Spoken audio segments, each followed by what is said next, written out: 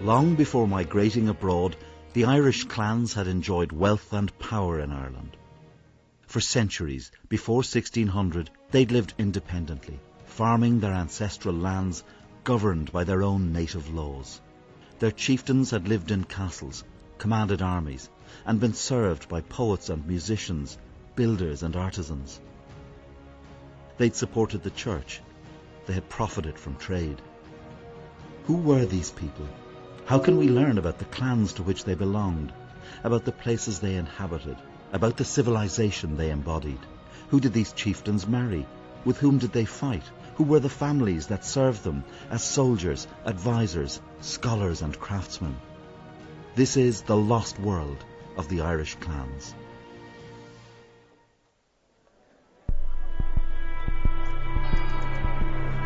This project is groundbreaking in that it's going to change the face of Irish scholarship. It's collaborative. It includes scholars from the fields of archaeology, history and Irish language studies. And we're very lucky that in Cork we have a range of experts in these unique areas. As a historian, I say, we understand the past, to understand the world of Ireland. This world was wiped out in the 17th century. People don't realise what an enormous social revolution there was in Ireland. People really understand genealogy to be people coming back from abroad or here in Ireland trying to trace their roots. The vast majority of people do very well to get back to 1800 or even to the late 1700s. We have the largest corpus of genealogies in Western Europe, extending from the 7th century through to the 18th century. There's a whole lot of information hidden in the record of the Tudor era in Ireland and the administrative record. We can take the histories of many Irish families back to 1200, and in some cases even earlier. An awful lot of these genealogies are still in manuscript. So the first part of the process is that they need to be transcribed. And that's stage one, making the sources available to people. Once you have the source available, you then need to trawl through them and distinguish between what we would call real genealogies and fake genealogies. In the past, historians, they go for the main story. Historians are always required to tell the big story. What's the big story? Yeah. With Ireland between roughly 1200 and 1650, the big story is about 90 independent territories that call themselves countries. And all of those have fragmentary records.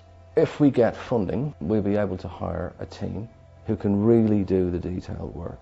It is just a question of getting the manpower to sit down with the material and excavate it for evidence that will help us to determine these ancient boundaries that are hidden under so many layers. The people that we've been exploring thus far are the Ustriga. We have genealogies of the Ustriga from our earliest manuscript collections. We can trace then the peoples, the ruling families and important families associated with the Ustriga back through the genealogies. Get down to the results. It's all very straightforward. It's as straightforward as a family tree. We need to find people to do this detailed work, and then we will have an extraordinarily solid platform. We can do the same for dozens of other Irish families, including yours. Help us to recover the lost world of the Irish clans, permanently preserving and illuminating the history of Irish people. I am anxious that the work that we do, the work that was pioneered long ago by people like Kieran Nichols, that carries on, because there's so much that needs to be done. As a historian, I don't need any justification except to know the truth about the past, to know exactly what was there and who was there.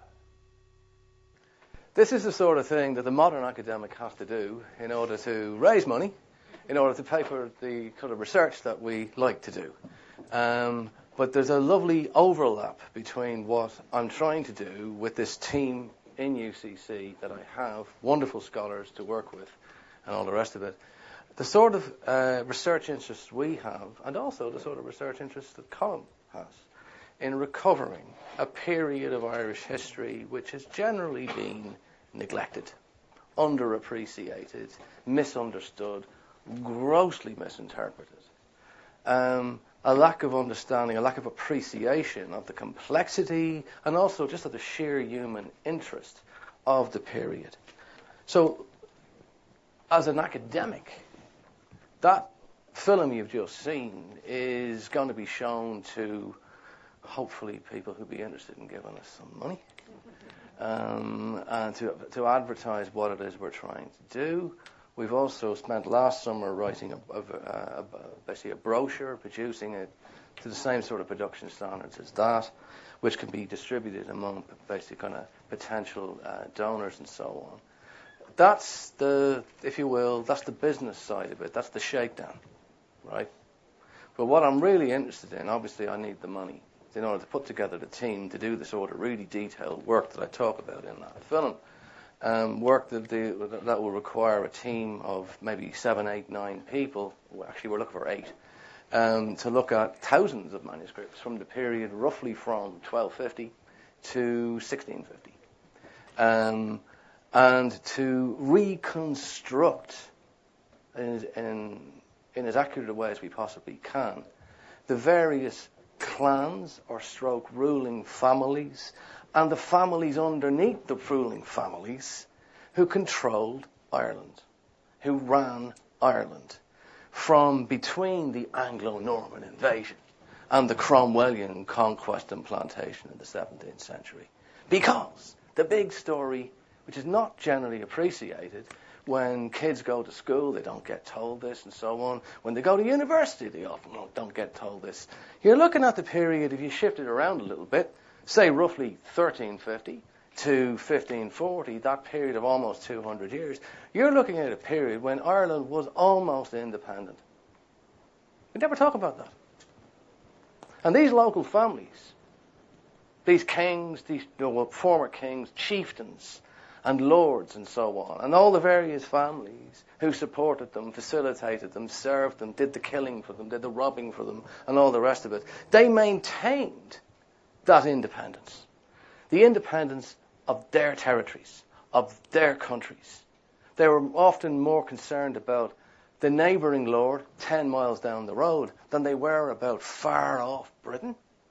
Because England in particular, is largely absent in Ireland for large chunks of the 1300s, 1400s, and the early 1500s. Its influence is really restricted to the eastern seaboard and the southeastern seaboard. Once you go outside, once you reach the bogs, once you reach the Midlands, once you move from County Waterford west into the Powers country, you move into a different world.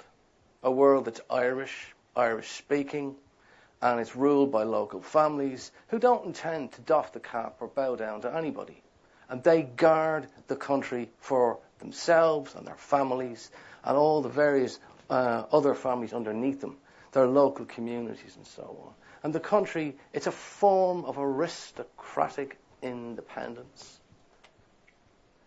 The aristocracy have fallen out of it. We don't really understand aristocracy. We don't really understand its value system because we're a republic and we lay claim to a republican tradition.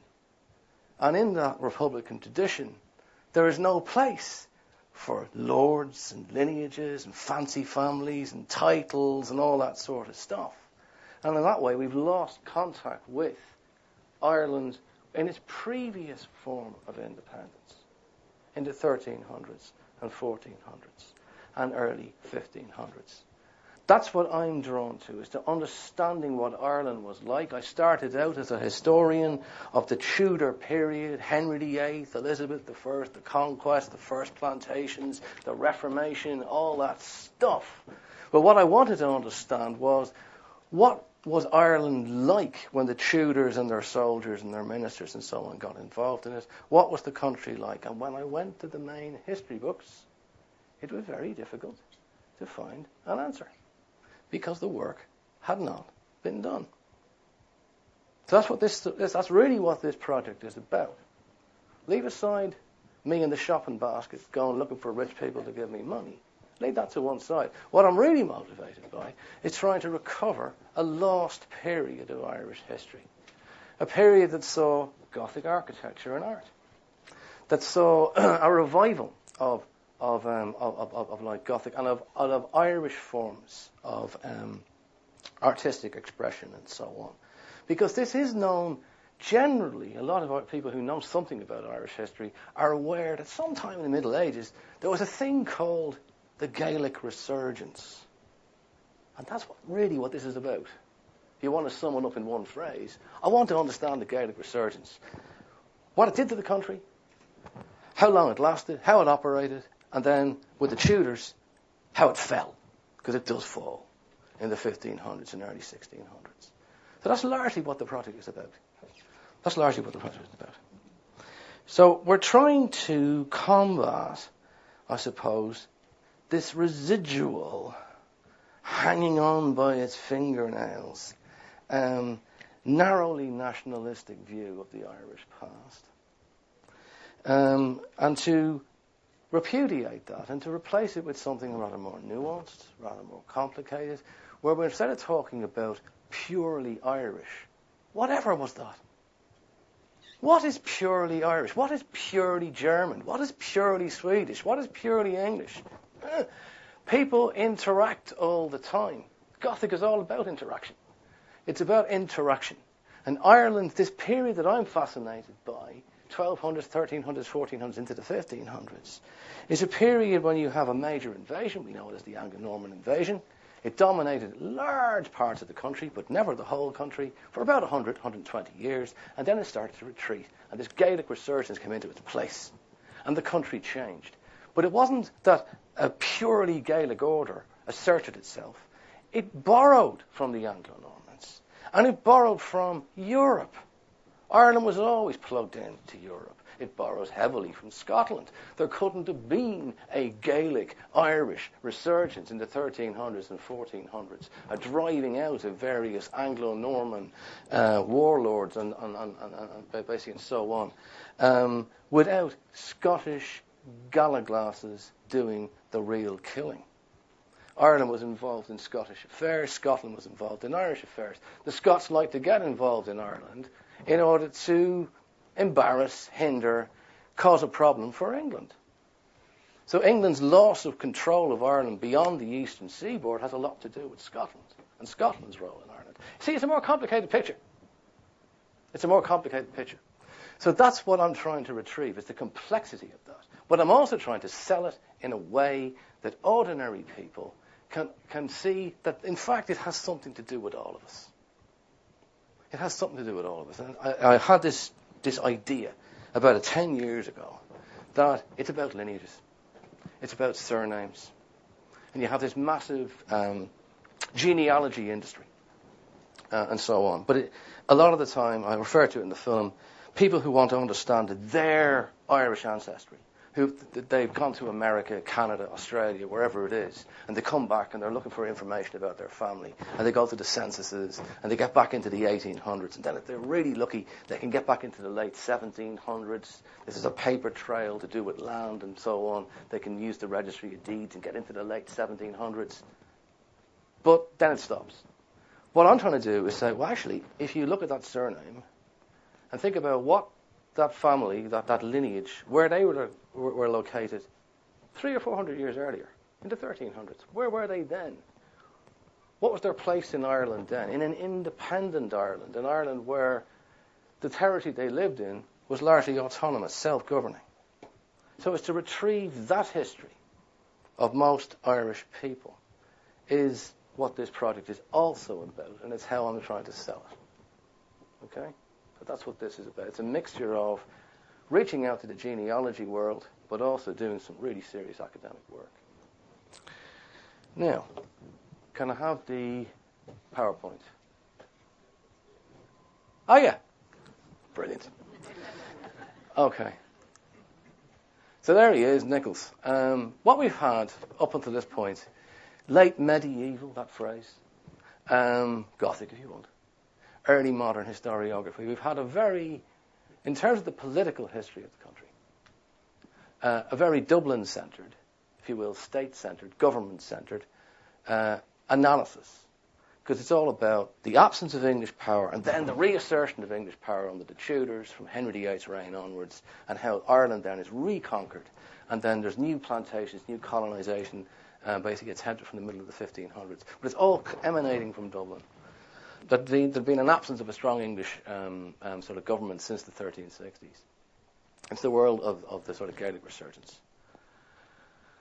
A big problem we've had with understanding this period is it's to do with survival of documents. It's also to do with how difficult some of the documents are to use. That's why you need detailed scholarship to actually retrieve the period. The easy-to-use papers are English state papers. They're all written in English. A lot of them are typed up, printed, published long ago in the 1800s, early 1900s. They're still being published to this day. I've actually published some of them myself. And they tell, in a language we can all read and understand and so on, the story from the English point of view, from the government point of view, from the Dublin government's point of view, what's happening in the country. And that, because that material is so readily available, so easy to hand, it still tends to dominate. But it doesn't manage to capture the really dramatic story, which is, what does the growth of a government from Dublin mean for an independent country? For a largely independent country. What does the encroachment of English, Tudor, Dublin government power into Laois, into Sligo, into Cork, what does that actually mean? And who's affected by it? In other words, who's in place? Who rules?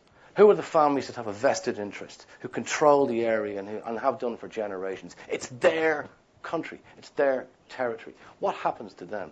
I'm trying to put their story back, so you can then see the overall picture and not just tell this Dublin sort of centred story.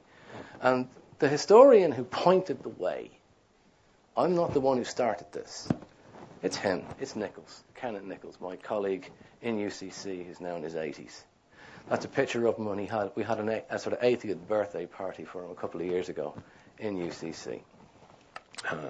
But Nichols was the first person to talk about the world of lineages and of the fragmented world of Ireland in the 1300s and 1400s and so on. This is a map of Ireland, a rough map, that was in a textbook available to Irish school kids and so on in the 1950s. And it would show them who were the main kings, the kings of Ireland, that great Irish independent period before the Normans, pre-1169. And these are all the families that were supposed to, the Corcadoina, the sort of McCarthys and Desmond, the O'Briens, the O'Neills, the O'Donnells, etc., the O'Connors. These were the high kings, or the kings of provinces and of large kingdoms, vying with each other for overall dominance of the country at large, for the high kingship. And then you had the Normans. And that all fell away. And historians tend to stop talking about most of the rest of that map and the people who actually lived in the territories on that map. This is part of Nichols' map. I'm sorry, the earlier version I had of the whole thing got very messed up, so I just cut it. This is Kenneth Nichols' great life work, was a map. The greatest thing he ever did, and he did a lot of great things, was a map. And he went through every blooming government survey that existed from the 1500s and 1600s to redraw what Ireland actually would look like before the Tudor conquest got going. It took him years. And eventually he came up with this map. It was first published in 1976 in the Oxford New History of Ireland, Volume 3, pages 2 to 3. And then it was republished in a book that I did with Elizabeth Fitzpatrick and Paddy Duffy in 2001 called Gaelic Ireland. And we tidied up Nichols' map with his help. And this is part of it. But again, we think of Ireland being a country, nowadays we think of Ireland being a country of 32 counties. Who created the counties? The Anglo-Normans, right? What was there before the counties? Tuatha, lordships, territories, ruled by lords and chieftains, and before that, kings. And this is what it looked like around 1534. And instead of there being 32 counties, as we would now talk about, there were about 90 territories, all fighting each other, squabbling with each other. They all had armies. They all had soldiers, private armies. They quartered the soldiers on the general population, the lucky people, and they had to pay for the soldiers of the chieftain and so on, and to defend their patch, to defend their territory, and if possible to expand their territory. And they're all run by lords, by surnames, the McCarthys of Muskerry, the MacDonagh McCarthys of Duhallow, the Knight of Glyn, you have the McNamara's up in Clan Cullen, the Butler family, the Powers, I mentioned them earlier on, Gaelic speaking by the 1500s, in fact by the mid-1300s a lot of them are actually Gaelic speaking, and so on. Surnames who rule, these are the lords. And what I'm trying to retrieve is what was life like inside those territories. What was it actually like to live in Roaches of Fermoy's territory or in the Condon country? What was it like to live in Clan William under the Burkes? And who lived there? Who are the other families who lived there? Who are the soldiers? Who are the medics? Who are the bards and the poets and the custodians of the ancient literature? Who are also the lawyers who maintain the ancient laws of Ireland and also merge them with laws that are of English extraction that the local lords might like, or that are of European ancient Roman law being mixed in with Gaelic law? The world of these territories is very complex. It's constantly shifting and changing in response to the needs of the families who dominate them. And that's the world I want to actually recover. So we're going to start with Nichols' map, and we're going to do something that Ken wanted to do but could never get around to because there was so much else he needed to do otherwise, which is how did that map emerge? How did those territories come into being? Who lived in them, and basically what was it like there? So that's what this is all about. That's obviously Blarney Castle. So this project, if I get the funding, is not all about the lords and the chieftains. So it's not all about the McSweeneys or the McCarthys or the Butlers or the O'Neills or the O'Donnells or the Maguires or the big famous families who control large parts of the country. It's also about, much more interesting to me, are the smaller families who hold land, sometimes quite sizable amounts of land, underneath the lords. All the territories of Ireland, and I should have said this earlier, the remnants of the English colony, the remnants of the Anglo-Norman conquerors, the conquistadors of the 1100s and 1200s. In the course of the 1200s into the 1300s, they adapt. They become increasingly hibernicized. And more of them use Irish language and start to adopt Irish custom.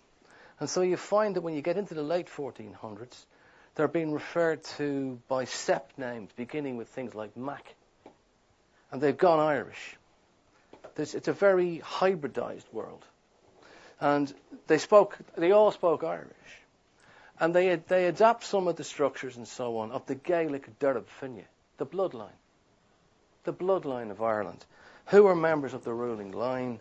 In other words, the chieftain, his brothers, his nephews, and so on, and his grandnephews, and they're all entitled to a position within these territories, to land, to cattle, to servants, and so on within these territories. But there's them, the lesser branches of the O'Neills, the lesser branches of the McCarthys, the lesser branches of, by the 1400s, the Butlers, and so on, in Tipperary and Kilkenny. But there's also the other branches, the other families who live locally, who hardly ever figure in the histories of late medieval and early modern Ireland, and yet without these families, none of these territories could actually have actually existed. And these, a lot of the time, are other landowners. They're not as powerful as the ruling line, but they're constantly supporters. They are followers. They're clients of the leading family, but they're also warriors. They service the military need. They defend the territory. They get land in return for military service, and so on. And they're the families I'm fascinated by. The work I did years ago on the Butler lordship in Kilkenny and Tipperary, I soon realised that to understand how the Butlers, who became Earls of Ormond, one of the greatest, most successful families in Irish history, how they actually operated, to understand them, you had to understand, Purcells, Cantwells, archdeacons alias McCodies or Codies. You had to understand Shortles, Prendergasts. Who were all these families? Blanchvilles. And they all, when you go through the materials that the English government kept so meticulously from the late 1500s onwards, they're all landowners who served the ruling family. And they are really important. Whenever the ruling family is at war, which could be quite frequent at times, it's the Blanchvilles and the Purcells and the Prendergasts and the rest of them, and the Codies, who will bring their boys to battle. And so you create this hosting. So these collateral lineages are literally the lifeblood of the armies that defend those independent territories. And we need to put them back in. We need to factor them back in.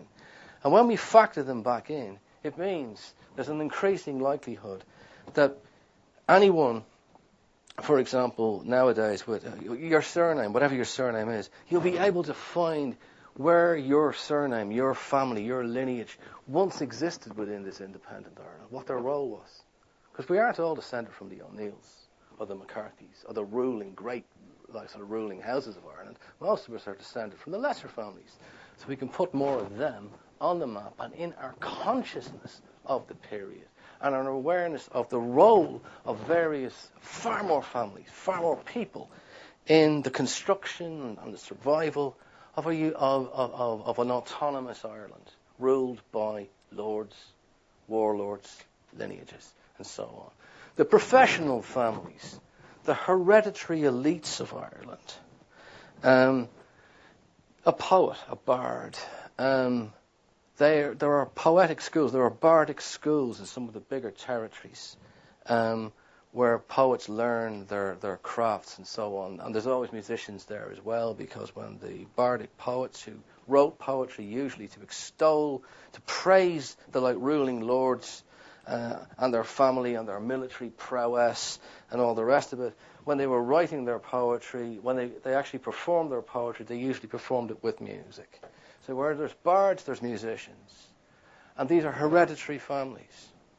Hereditary families. Likewise, the medics, the physicians of the great families. They have branches throughout the country, but they are hereditary.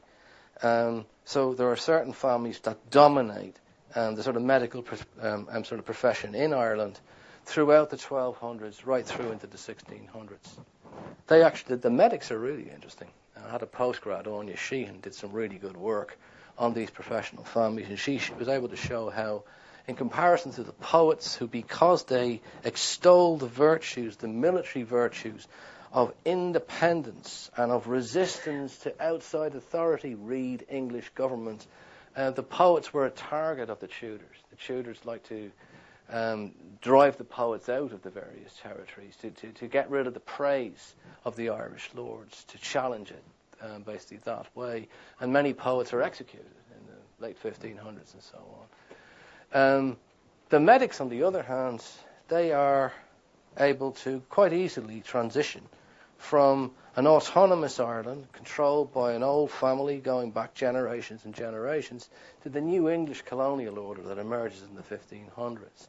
And so the medics are a very interesting example of how the Irish can adapt to different kind of political circumstances and so on. The lawyers less so, because English law made few concessions to Irish law. It insisted on imposing English common law and only English common law all across the country. And all of our modern county courts and local criminal courts and so on are part of that English legal tradition. The Brehon legal system was more or less extracted in the early 1600s. The warriors are all these lineages that exist underneath the lords, and again, there are all sorts of surnames which will crop up. I'll come to that in a minute. Groups that never talk about. We never talk about Irish merchants, do we? When we're talking about the 1200s, 1300s, 1400s, 1500s, and so on. We assume that trade is always with England, and then trade with Europe is through England, and so on. There are many Irish merchants, particularly along the Atlantic seaboard, who trade and then who enjoy contractual relations with Irish lords. They get a sort of unique monopoly, is the word I'm looking for, on trading with Irish territories, with some Irish lord.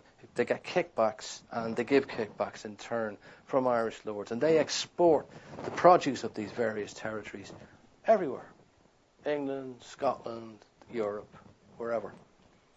And they start to import, and as the Renaissance period blossoms and you get, after the Black Death, the re-expansion of the European economy and all the rest of it, you find new wares coming into Ireland and into the west of Ireland through these merchants from places like the Canary Islands and Madeira and so on. So they're a very interesting group to follow. And of course the builders, the engineers, the craftsmen. Yes, a lot of the engineers and builders and craftsmen of Gothic Ireland are from England. But there's also a lot of Irish builders. And who are they? And you sometimes get references to them in the thousands of documents. If you scan through them and start to tabulate the material, you start to get an idea of who the building families were, who the main engineering families were, and so on. They often serve various lords. They're sort of independent of the competition between the lords, the wars between the lords. Engineers, just like medics, can move between territories, whereas obviously the soldiers and so on can't. The only problem with what I'm trying to do is that there still won't be much of a place for the ordinary Irish peasant, because there's not an awful lot written down about them. I wish there was, but there isn't. But we're trying to retrieve as many people as we possibly can and put them on that map. So, just as a test case, the territory of Upper Ossory, part of Laois, just north of Kilkenny, on the Kilkenny-Laois border, around Achmacarth and places like that. The Fitzpatricks, the Patricks, are an old ruling family. They had briefly been kings of Leinster in the 1100s and so on. They were an important family in the eastern seaboard, in that independent old Gaelic Ireland before the Normans. But then the Normans arrive, and they had controlled what is now modern County Kilkenny, but they lost it to the incomers, who eventually morph into the Butler Lordship, the Butler Earls of Ormond, who take Kilkenny and Tipperary. And the Fitzpatricks end up with this rump, this territory, in what is now part of modern County Laois, Ossory, or Upper Ossory. And the remarkable thing about the Fitzpatricks, and the way they're emblematic of what is possible to retrieve, the Fitzpatricks, they try to negotiate with Henry VIII. To some extent, they're quite successful. But that's in the 1540s. By the 1600s, they are losing ground, losing land, losing influence. There are colonists moving in. Part of Upper Ossory was taken off them to give to the English Duke of Buckingham and so on. But because of that English process of expansion of government power and of the forfeiture of Irish land and the kind of rewarding of English colonists and so on, it's recorded who the land was taken from.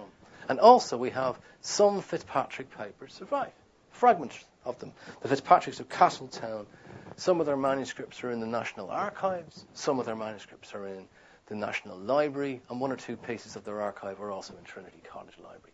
So when you put all those together, you start to be able to reconstruct the world within these other families and who they were. So instead of talking about the Patricks, or for that example, the O'Neills up in Ulster, it's refreshing to talk instead about families like the McCostigans, the Kennans or McKennans, the Bergens, the O'Brodys, the Brophies, the Casheens, medics, the O'Connors or O'Crookers, the O'Delaneys, the O'Dorans, Brehons or lawyers, Dugans, Dunleavys, etc. These are the families who actually, underneath the chieftains, control the territory, defend the territory, service the territory. And these are the families I want to bring back. Okay? So for the Upper Ossory territory, I've done a lot of work on Upper Ossory, but I'm quite confident that for maybe another 60 or so of the territories, of those 90 that I talked about earlier on, it's possible to get to a similar level of detail and to bring so many more families back into the Irish history and to place them on the map and find out who they were and what their role was. What's history about anyway? But to do that. And not just tell the story of Dublin expanded, the Irish lords were all killed, and then we had a different order. That's kind of, yeah, but what else happened? What else happened? How impactful? Who lost? And let's name them. Who the hell are they? So, when you drill down, I'm going to end on this, just to, again, in terms of the sheer richness of the material that has survived and the sort of new sort of history that is possible to aspire to by following lineages and lords and the families who served the lords. I just did a quick bit of kind of reconnaissance work before we made that film, before I started to put the project in place and so on. And I just decided, out of sheer mischief, to try and understand autonomous, Gaelicised Ireland in the 1400s and 1500s. Let's start in the English Pale. Let's start in Dublin. I'm from Dublin anyway. Why the hell not? So, I just did, this took me about 3 days, just did a quick scan through records for the population, the land-owning and lordly population of Dublin between 1547 and 1552. And those of you who know your English monarchs will know, yes, that's the reign of Edward VI, the boy king. There's very good records for Edward VI because the conquest had started in earnest and the record keeping starts in earnest. And going through just some of the documents, there's only some of the documents for the reign of Edward VI, I became aware of the fact that the history of Dublin is really, in terms of localities, is the history of the St. Lawrences and the Barnwalls and Howth, Trimleston, the Talbots at Malahide, the Cusacks, the Fitzwilliams, the Batts, the Burnells. These are all of Anglo-Norman descent. If you follow some of those families and their genealogies and so on, you realise that they're intermarrying with English and Irish families, New English families and Gaelic Irish families. It's all mixed up. Gaelic encroachment, something that historians hardly ever talk about, is that we've got the Crews family of the Knoll in North Dublin, and one of the most famous of the Crews is known as Blind Crews, and he was a harper. He was of Anglo-Norman descent, and apparently he was the best harper in Ireland. He actually performed for Elizabeth I. So much so that one of his tunes was actually transcribed and became the basis for a sort of popular lute song in late Elizabethan England. Hiram Morgan likes to refer to him as the Jimi Hendrix, if you will, of sort of pale society and all the rest of it. Maybe Rory Gallagher would be a better example. But anyway, the Anglo-Irish Septs of South County Dublin, the Walshes of Carrick Mines, these are heavily involved with the O'Tooles and the O'Byrnes, old Irish families of Wicklow, the Archbolds who are of Viking descent, likewise the Harolds and so on. The complexity of it. We have Gaelic merchants with the Kennedys. We have Gaelic professional families, the McKeows who are bards or rhymers. We have crown tenants moving in as well into Dublin. It's a mixed up thing. It's a hybrid picture of Anglo-Irish, Anglo-Norman Irish, families and Gaelic families co-mingling, cohabiting, intermarrying, and just trying to preserve what they've got. Expand what they've got and preserve what they've got. And the history of late medieval and early modern Ireland is the history of these people. It's not just the history of Henry VIII and his ministers, or the leaders of like English crown forces. These are the people who are impacted. These are our ancestors, and they belong on the map. I'll leave it at that.